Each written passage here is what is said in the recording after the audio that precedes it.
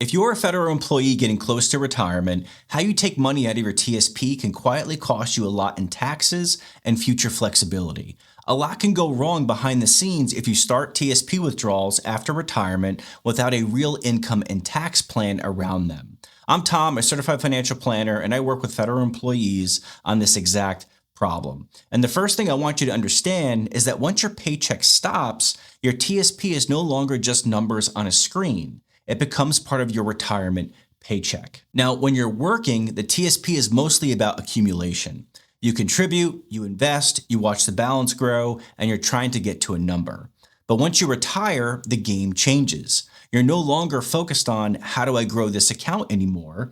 The main question becomes how do I use this account to support our life without shooting myself in the foot? And that's a completely different problem. Because now you have to connect this account to real life and you have to ask very practical questions like how much do we actually need every single month? How much of that is already covered by your pension? Or when will Social Security start? Now, the TSP gives you options after you separate. You can leave money there, you can take withdrawals over time, you can take some out or all of it, and there are annuity options. But just because there are a lot of choices does not mean all of them are equally smart for your situation. And that leads us straight into the first mistake, taking a lump sum just because you can. A lot of new retirees feel a wave of anxiety when that paycheck stops. And that's completely normal. For decades, money just showed up every 2 weeks in your bank account. And then one day it doesn't. And you're looking at this big TSP balance thinking, maybe I should just pull a big chunk out and park it in the bank so I can see it. And I get why folks would want to do this, but financially, it can create a mess very quickly. Because when you take a large withdrawal from your traditional TSP, that money is generally taxable in that year. If you pull too much out too fast, you can jump yourself into a higher tax bracket, lose opportunities to spread that income out, and you may end up paying more tax over your lifetime than you needed to. And this is where a lot of people confuse access with strategy. Yes, you can access the money, but that doesn't mean you should all at once. If your TSP is meant to be a reserve that helps support you for the next 20 or 30 years, opening the floodgate early just to feel better for a moment can work against you. Often what most people need is a steady stream of income. Now, to be fair, lump sum distributions are not always a bad thing. There are times when a partial distribution makes sense. Maybe you need a one-time chunk for a major expense. Maybe you're coordinating with another account. Maybe you're simplifying old accounts or executing a specific tax plan. The point is that the decision should come from a plan, not from fear, convenience, or the feeling that everything is safer because it's in your checking account. Once the money leaves the TSP, the consequences go with it. Which brings us to the next mistake, treating every dollar in your TSP the same. Not all TSP dollars are created equal. And this is where a lot of federal employees accidentally miss one of the biggest planning opportunities they have. Traditional TSP dollars are generally taxable when they come out. Roth TSP dollars work differently. Your contributions are tax-free when they come out, and the earnings can also be tax-free as long as the Roth money meets the rules, like the 5-year clock and age 59 and a half or another qualifying event. And on top of that, if you have both traditional and Roth balances, you can choose whether your withdrawals come from traditional only, Roth only, or proportionally from both. And that's a big deal because now the question is not just how much do I need, it becomes which bucket should I use to get it. Let's say you have a first pension, maybe Social Security will start later, and your spouse has some income too. If everything you withdraw comes from your traditional TSP, you may be stacking taxable income on top of taxable income. But if you also have Roth dollars available, you might have a way to control your tax brackets, especially in certain years. Now, that doesn't mean you always pull Roth first or always pull traditional first, because there's no one-size-fits-all rule here. But what it does mean is that smart planning uses the right bucket at the right time. Some years, traditional might be better, and some years, the Roth might be better, or some years it might be a mix, whichever makes the most sense. This is why I like to think in terms of a withdrawal map instead of just a withdrawal option. If you don't know which tax bucket to tap into and when, it's very easy to create avoidable taxes and only realize it years later down the road. Mistake number 3 is looking at the TSP on its own. And this is a big one. Most TSP withdrawal mistakes start because people zoom in too much. They ask, how should I withdraw from the TSP? As if the TSP is their entire retirement picture.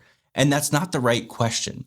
The better question is, how should the TSP fit into our overall retirement income plan? Because the TSP doesn't live by itself, right? You get your pension, you got Social Security, IRAs, brokerage accounts, your spouse's accounts too. And if you're only looking at the TSP, you're probably missing context. So for example, someone might tell me, Tom, I need $4,000 a month for my TSP. But when we actually lay out the plan, maybe they only need that much in the first few years before Social Security kicks in. Maybe once the pension and Social Security are both fully on, they only need $1,500 a month. Or maybe they're in a rare low tax window in their early 60s and have a chance to do some smart tax moves before required distributions kick in. So the problem is not just how much can I take from TSP? The much better question is, what is the most efficient way to create the paycheck we need given everything else we have? Those are very different conversations. Mistake number 4 is missing the age 55 rule. This is one of those rules that could be incredibly useful if you understand how it works. So in general, if you separate from federal service during or after the year you turn 55, the normal 10% early withdrawal penalty that applies to many retirement accounts often does not apply to distributions you take from your TSP after that separation. You can still owe income taxes, but that extra 10% penalty usually does not apply in that situation. And that matters a lot if you plan to retire on or in your mid to late 50s. Many people assume that anything before 59 and a half is automatically penalized. And that's not always true with the TSP if you meet the age 55 separation rule. So for someone retiring between the ages of 55 to 58, the TSP can become a very useful bridge account. It can help you retire before Social Security starts or before other income kicks in without triggering that extra penalty. But here's the key part. Just because you can lean on the TSP as a bridge does not mean you should start draining it. It simply means you have more flexibility. And like any extra flexibility, it's only a benefit if you use it inside a bigger plan. Mistake number 5 is forgetting that today's withdrawals can affect tomorrow's taxes. One of the biggest risks with traditional TSP money is what happens if you do nothing for far too long. If you just let the traditional balance grow and grow, and you already have a pension and other income filling up part of your tax return, future required minimum distributions can force out larger amounts later and create a much bigger tax issue in your 70s. The traditional TSP is subject to required minimum distribution rules once you hit a specific age and are separated from service. Now, Roth money is treated differently. So a lot of retirees assume that leaving it alone is always the safest move. And sometimes that's fine, but sometimes leaving it alone, again, referring to your traditional TSP, is really just procrastination, because if everything continues to compound inside the traditional TSP while you stay in a reasonably high tax bracket, you may be setting yourself up for larger forced withdrawals and less flexibility later down the road. So the question is not only what do we need this month, it's also what are we setting ourselves up for 10 years from now. Good planning allows you to step back and check both. Mistake number 6 is leaving your spouse out of the decision. If you're married, TSP withdrawal planning should not be done by yourself. There are technical spouse rules like consent and notice requirements and how certain annuity or withdrawal elections work. And those are really important and they certainly matter. But there is also the real life side of this, which is that your withdrawal strategy affects both of you.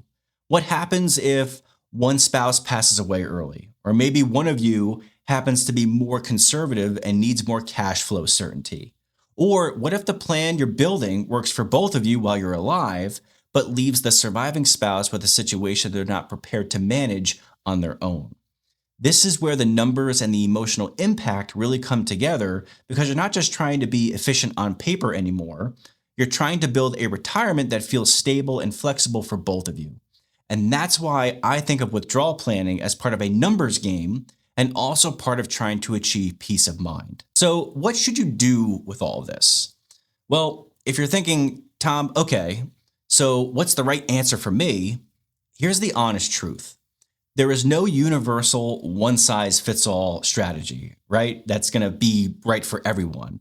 The right TSP withdrawal plan depends on the rest of your retirement picture. But I do want you thinking through it in this order. First, get clear on how much income you truly need to live the life you want. Second, line up what is already covered by your pension, Social Security, and any other predictable income. Third, decide which account should fill that gap given the tax rules and the type of account. Fourth, look at the tax consequences of that choice this year, not just the cash flow. And fifth, zoom out and ask how today's decision affects the next 5, 10, or 20 years, and not just the next month. Once you start thinking this way, the TSP becomes part of a coordinated retirement income system, and that's where you can make much smarter decisions. So if you remember nothing else from this video, remember that TSP withdrawals after retirement are not just about how to get your money out, they're about how to turn the savings you built into a reliable paycheck without creating unnecessary taxes, bad timing, or future regrets. Yes, the TSP gives you flexibility and choices, but what matters more is how those choices fit into your actual life, your pension, your taxes, your spouse, and your future income needs. So if you're getting close to retirement and you want help mapping out how your TSP, pension, your Social Security, and taxes all work together, that's exactly what I do for federal employees. I call it a federal retirement blueprint. It's a focused planning call where we discuss your numbers so you can see in black and white how everything fits together. If that would be helpful, there's a link below the video where you can learn more and see if it's a fit for you. So thank you all for watching. Subscribe to be notified of future videos, and I'll see you in the next one.